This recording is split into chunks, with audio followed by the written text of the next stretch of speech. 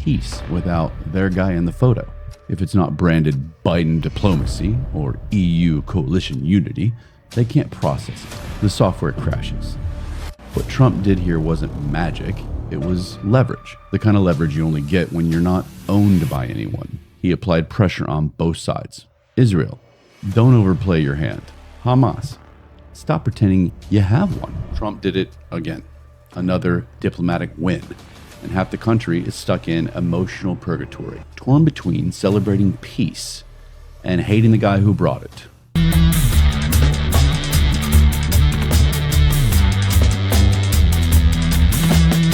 Welcome to Stay in the Fray podcast. I'm your host, Ryan. This is where headlines get hit hard, hypocrisy gets shredded, and the absurd are laughed at. If you want comfort, this isn't your place. If you want blunt and unfiltered, I'm your guy. Join me in the fray. All you gotta do is just listen up. All right. Hey, guys. Tell you what, wow. The other day, peace deal in Gaza. It's unbelievable. I still can't believe it got done. So I've got to talk about it. Everybody's talking about it. So got to give my 2 cents. Trump did it again. Another war. This one, obviously, one of the bigger ones, but another impossible peace that could be had. Another room full of global elites pretending not to choke on the words, "Thank you, Mr. President." After months of rockets, hostages, protests that looked more like therapy sessions for people who failed Political Science 101, Gaza is quiet.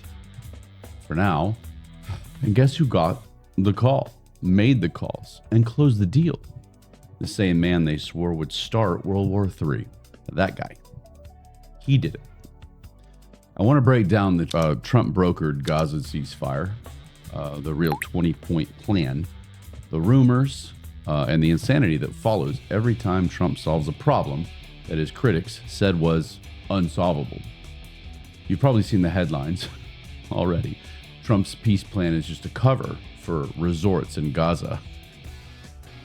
Because nothing says global domination like putting a golf course next to a war zone. We'll walk through what's actually in the deal, who benefits, who's pretending not to benefit, and why the same people who screamed "Free Gaza" for so long have gone suspiciously quiet for now. Don't worry. We're going to hit everything also from Netanyahu, some supposed war crimes that he's having to deal with, possibly, to the fake outrage, to whether this peace even has a chance of sticking. This isn't just another ceasefire story.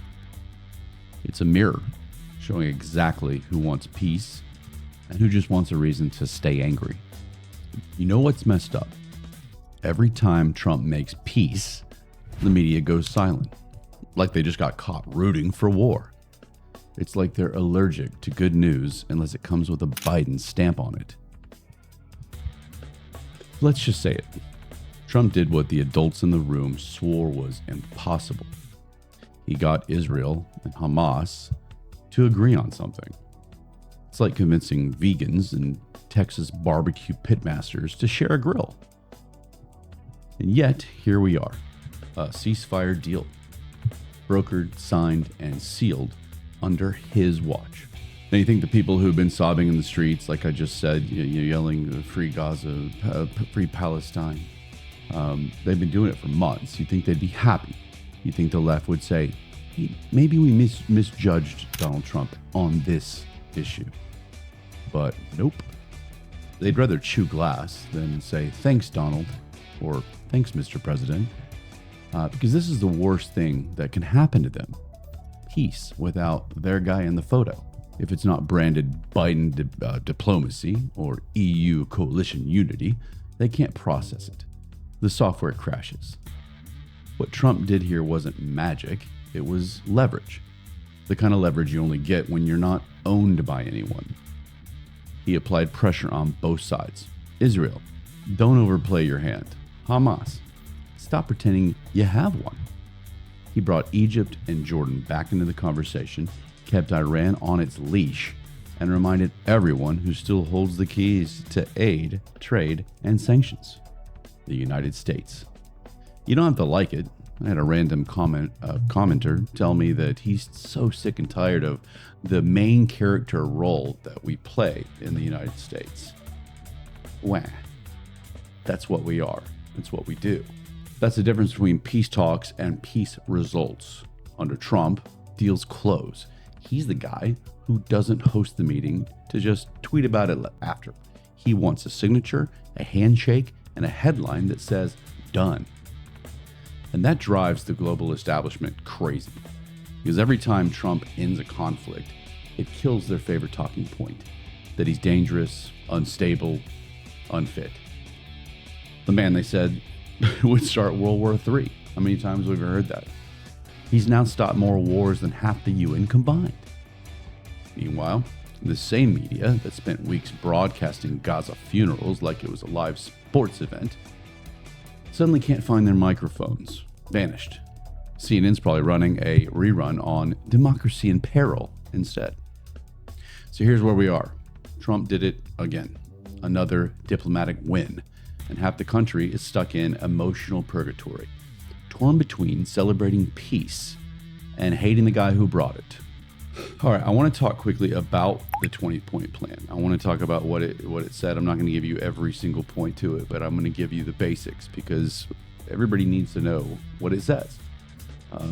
Misinformation is already being tossed out there. It's the same plan every Twitter expert pretends they pretend to read the whole thing, even though half of them couldn't get through the Cliff Notes version without crying colonialism. So here's the short version, without the UN jargon and the diplomatic poetry. Trump's plan basically says, number one, stop shooting.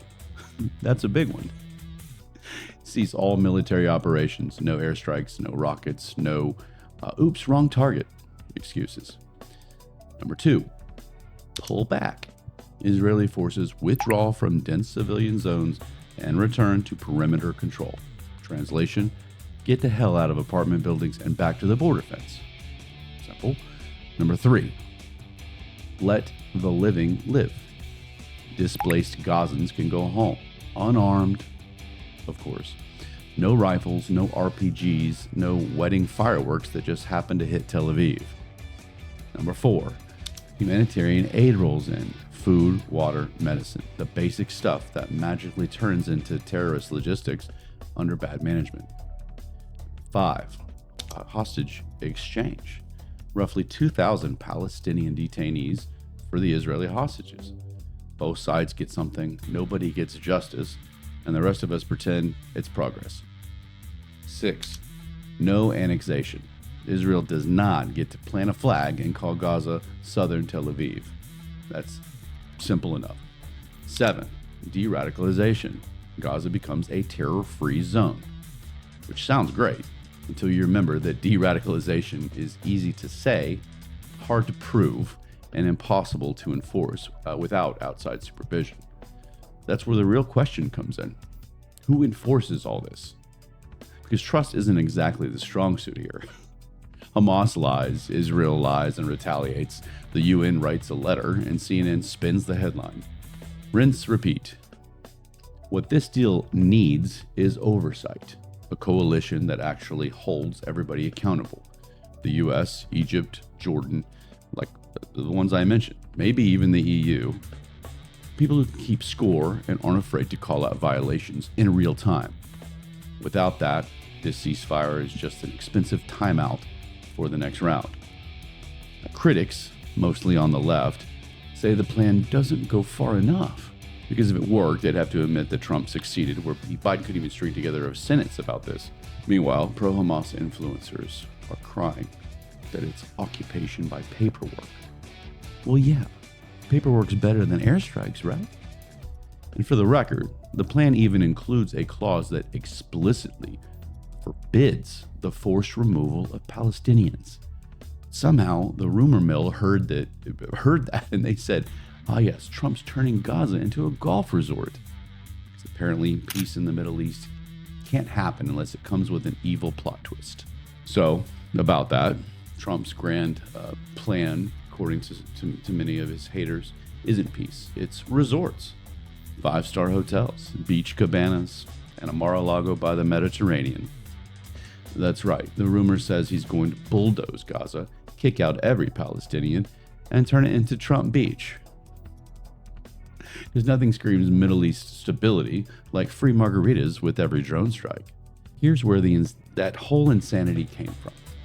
Back in early 2025, during one of Trump's press comments about reconstruction, he tossed out a throwaway line about rebuilding Gaza so nicely that people would want to actually visit.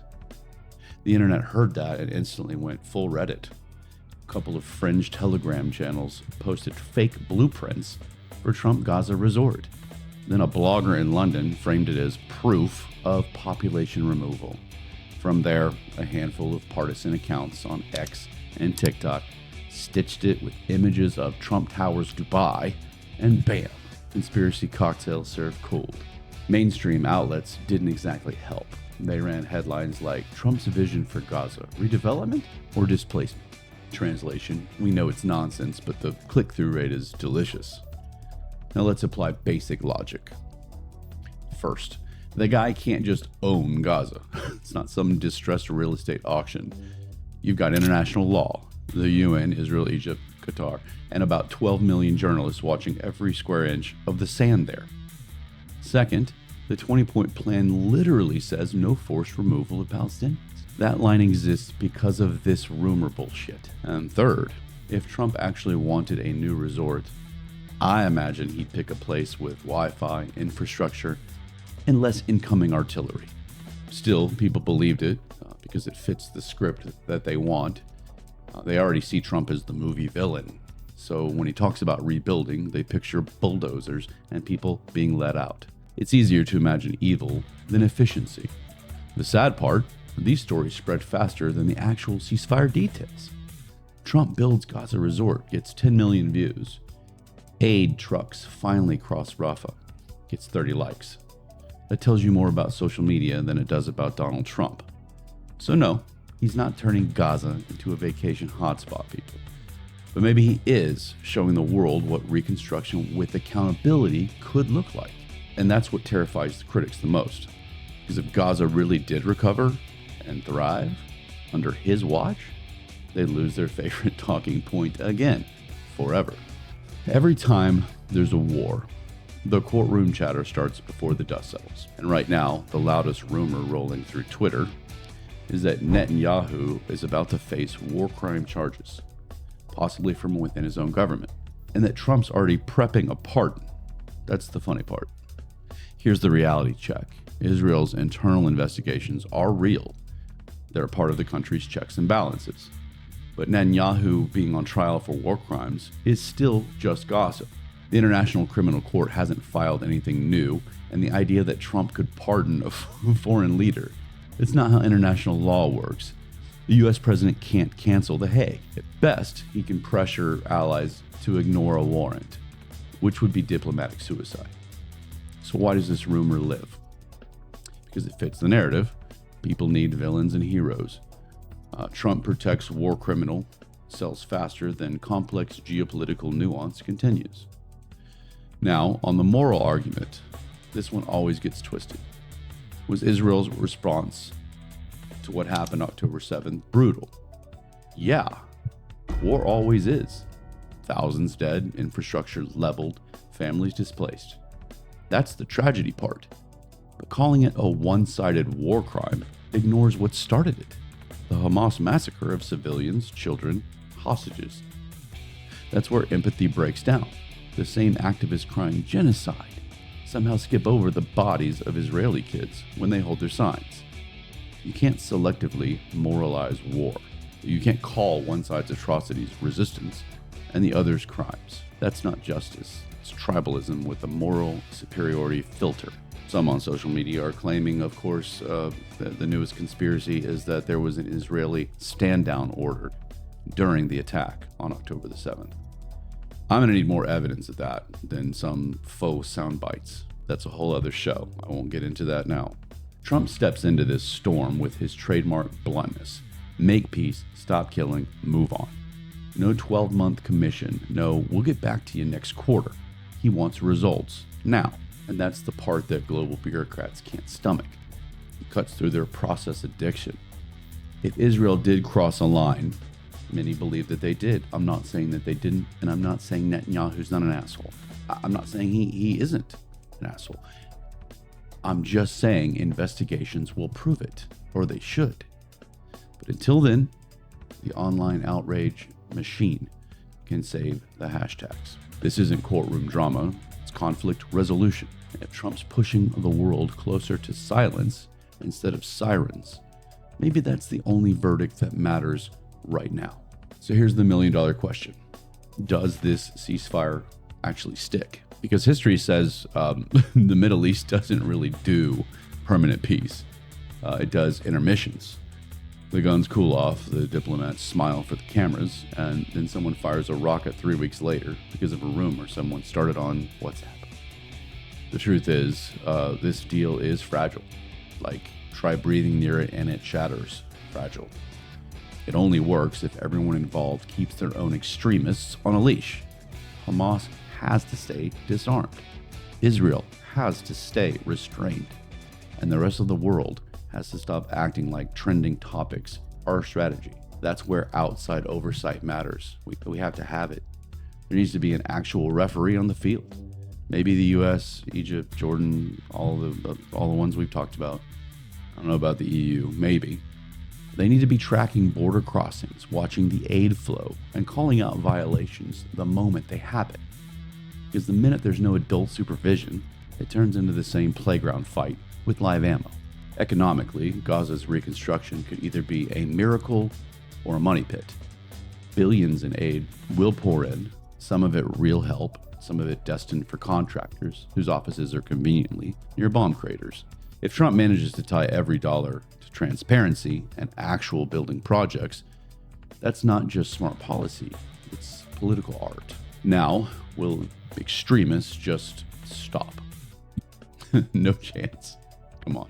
You can't kill ideology with an airstrike or a signature, but you can starve it by giving regular people something to lose. Jobs, homes, kids in school, Wi-Fi that works. Normal life is the best counterterrorism program ever invented. Israel, on the other hand, they're going to stay nervous. And honestly, I get it. They probably should. When your neighbor's slogans include erase you from the map, optimism doesn't come easy. So Israel will keep one hand on the holster, one eye open, and Trump knows that. He's not selling fairy tales, he's just selling breathing room. If this holds for 6 months, maybe a year, you might actually see investment creep in, roads rebuilt, schools reopening, aid convoys not being targeted. And then maybe, just maybe, this turns into something bigger. But right now, it's a pause. A good pause. A needed pause.